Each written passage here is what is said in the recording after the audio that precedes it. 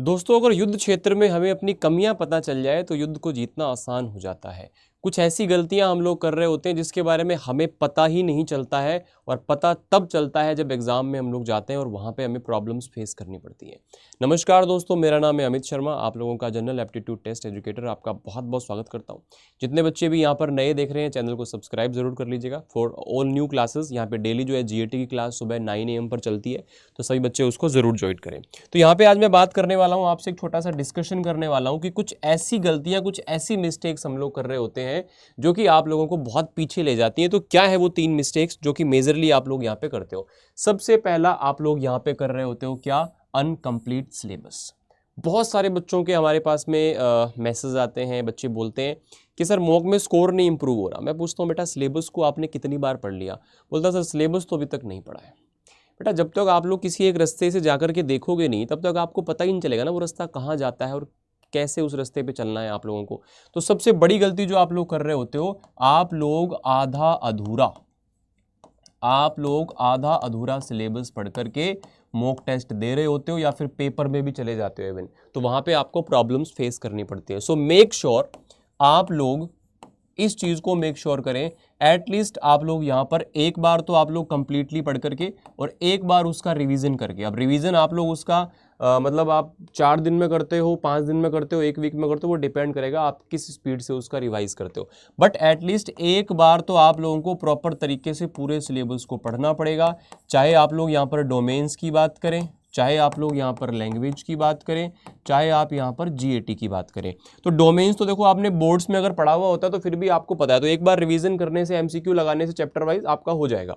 उसके बाद लैंग्वेज जो है कहीं ना कहीं आपके लिए न्यू पार्ट होता है, या फिर जीएटी है आपके लिए न्यू पार्ट होता है। तो इस चीज़ को टैकल करने का जो तरीका है वो है कि आप लोग चैप्टर वाइज पहले इन सभी चैप्टर्स को पढ़ें, और आप लोग यहाँ पर एमसीक्यू प्रैक्टिस एटलीस्ट पर चैप्टर पे, अगर मैं जीएटी की बात करूं तो 20 to 30 क्वेश्चन आपको पर चैप्टर पर लगाने हैं। आप एक दिन में 2 चैप्टर करें, 3 करें, बट आपको एक बार कंप्लीट सिलेबस थॉरोली एक बार गो थ्रू आपको जरूर करना पड़ेगा, अदरवाइज स्कोर इंप्रूव नहीं होगा।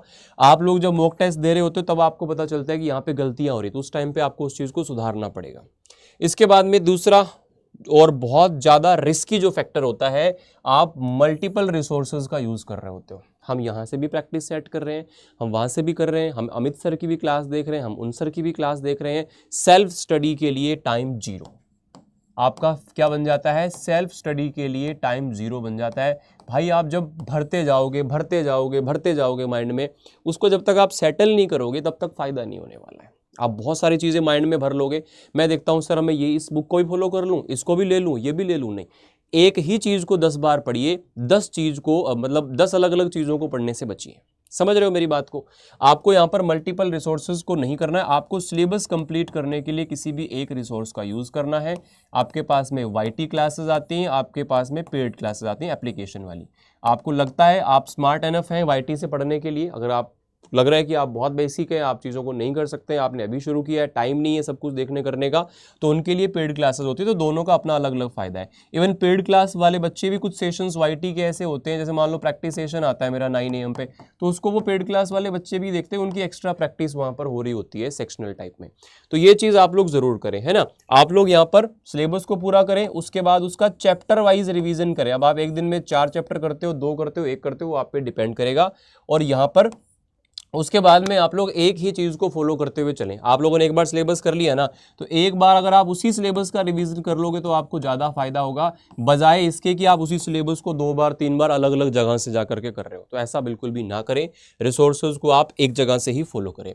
उसके बाद में लैक ऑफ प्रैक्टिस की कमी के कारण, भाई साहब हम टॉपर्स से मिलते हैं, जब उनका इंटरव्यू होता है, उनसे बात करते हैं, तो पता चलता है कि सर मैंने लास्ट के 1 महीने में 60 मॉक टेस्ट दिए थे, मैंने 40 दिए थे, मैंने प्रॉपर एनालिसिस किया था, चैप्टर 1-2 छूट भी गए तो कोई बात नहीं, प्रैक्टिस मैंने धुआंधार की थी, और प्रैक्टिस के बाद में उसका पूरा ऑपरेशन करता था, पूरा एनालिसिस करता था। तो यहाँ पर जो है ना, ये आप लोगों के लिए लैक ऑफ प्रैक्टिस वाला जो पोर्शन है ना, बच्चे क्या करते हैं, 8 मई को पेपर है, 5 मई तक वो अभी चैप्टर्स को ही पढ़ रहे होते हैं। भाई आप लोगों ने चैप्टर्स तो पढ़ लिए, लेकिन आपके एग्जाम में एक एक चैप्टर थोड़ी ना आएगा। आपके एग्जाम में मान लो क्वांट है, तो क्वांट के सारे चैप्टर आएंगे, उसके सारे टाइप आएंगे, रीजनिंग के सारे चैप्टर सारे टाइप आएंगे, है ना, स्टैटिक जीके का सब आएगा, करंट अफेयर का सब। तो आपको टैकल करने की आदत तो होनी चाहिए ना कि सभी को एक साथ टैकल कैसे करना है, कौन सी चीज़ को पहले करना है, कौन सी चीज़ को बाद में करना है। प्रैक्टिस नहीं की होगी तो दिक्कत होगी। इसलिए आप लोग यहाँ पर जब आपका एग्जाम में 10 या 15 दिन बचें तब आपको ज़्यादा focus full length mock test पे कर देना है, और इससे पहले वाले जो 15-20 दिन आपके पास बचे हुए हैं उसमें आपको सेक्शनल प्रैक्टिस और चैप्टर वाइज रिवीजन प्रैक्टिस पर आप लोगों को फोकस करना है। सेक्शनल प्रैक्टिस का मतलब होता है क्वांट के सेट आपने लगाए, रीजनिंग के आपने सेट लगाए, इंग्लिश के लगाए, इस तरह से आप लोगों को यहाँ पर करना है ना। कुछ चीज़ें यहाँ पर नहीं लिखी हुई है वो मैं आपको लिख करके बता देता हूँ। एग्जाम में या मॉक टेस्ट में, मॉक टेस्ट देने के बाद में उसका एनालिसिस ना करना, है ना, नो एनालिसिस, नो एनालिसिस। ये वाली प्रॉब्लम भी बहुत सारे बच्चों में देखने को मिलती है। सर मैंने मॉक टेस्ट लगाया, मेरा स्कोर 160 आया, अगला लगाया तब भी 160, 158, 162, 150, 170, मतलब यही घूम रहा है, आगे नहीं बढ़ रहा। आगे बढ़ेगा कब? आप उसको पेपर देके स्कोर आप देख रहे हो कितना आ गया, अच्छा इतना आ गया, खुश हो गए, इतना आ गया, दुखी हो गए, हो गया।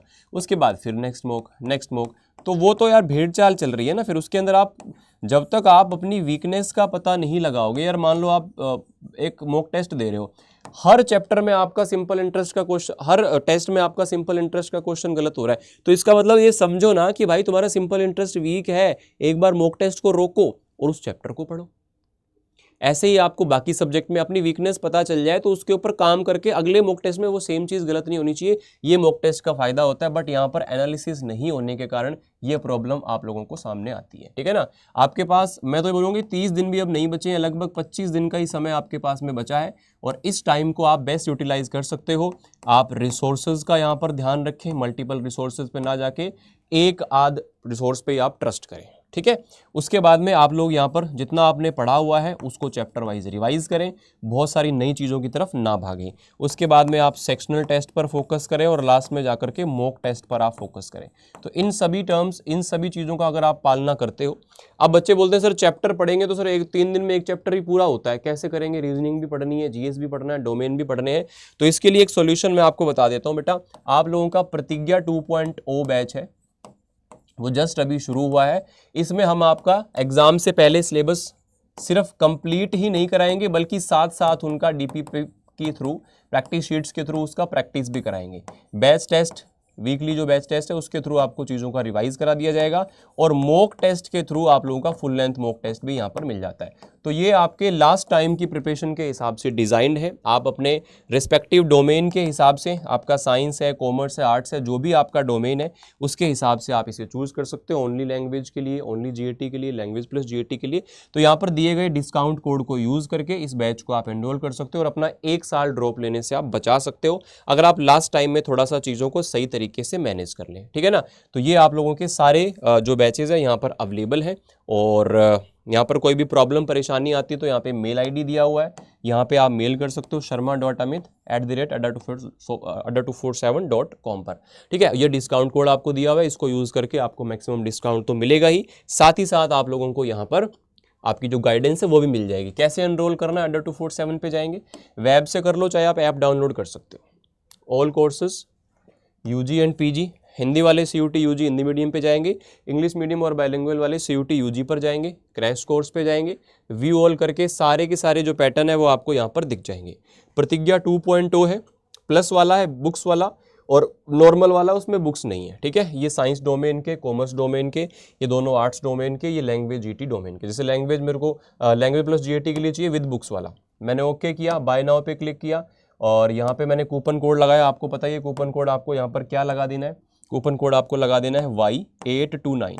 जैसे आप अप्लाई करोगे तो आपका ये प्राइस यहाँ पर आ जाता है, और उसको आप एप्लीकेशन से एनरोल करते हो तो 1% का एक्स्ट्रा डिस्काउंट आपको यहाँ पर मिल रहा होगा, ठीक है। और अगर आप अपना रिस्पेक्टिव डोमेन बैच अगर चूज़ करते हो तो डोमेन सब्जेक्ट्स आपको इसमें मिलेंगे। आपको इसमें लैंग्वेज का जो है वो मिलेगा, इसमें आपको जीएटी मिलेगा, जीएटी के अंदर क्वांट, रीजनिंग, जीएस तीनों का आपको प्रॉपर एक्सेस मिलेगा, लाइव क्लासेस, रिकॉर्डेड क्लासेस, इनके डीपीपीज मिलेंगे, बैच टेस्ट आपको मिल जाएगा, मॉक टेस्ट आपको मिल जाएगा, सारी चीज़ें यहाँ से आपको अवेलेबल हो जाएंगी, ठीक है। या आप यहाँ से ओनली जो आपके पास में मॉक टेस्ट है या ओनली बुक्स का भी आपके पास ऑप्शंस है, उसको भी आप जाकर के चेकआउट कर सकते हो। डिस्काउंट कोड आपके सामने है। कोई भी किसी प्रकार की प्रॉब्लम हो तो आप यहाँ पर दिए गए मेल आईडी पर मुझे मेल कर सकते हो और इस डिस्काउंट कोड के साथ में अपना बैच एनरोल कर सकते हो, ठीक है। और कोई प्रॉब्लम परेशानी हो तो आप इस वीडियो के नीचे कमेंट करिए। आपका कोई भी डाउट अगर रह गया हो, जेन्युइन डाउट अगर कोई भी होगा, आप पूछोगे तो हम उसको वहाँ पर ज़रूर रिप्लाई करेंगे, ठीक है। चलेगा, आज के लिए इतना ही। मिलते हैं आपसे नेक्स्ट सेशन में। तब तक के लिए अपनी तैयारी शानदार करिए, मेहनत करिए। जिस भी रिसोर्स को फॉलो कर रहे हो यार, ये टाइम दोबारा नहीं आने का। एक बार एडमिशन ढंग की जगह हो गया तो फिर निश्चिंत हो जाओगे, नहीं तो फिर भटकते रहेंगे, है ना। चलो, God bless you, thank you.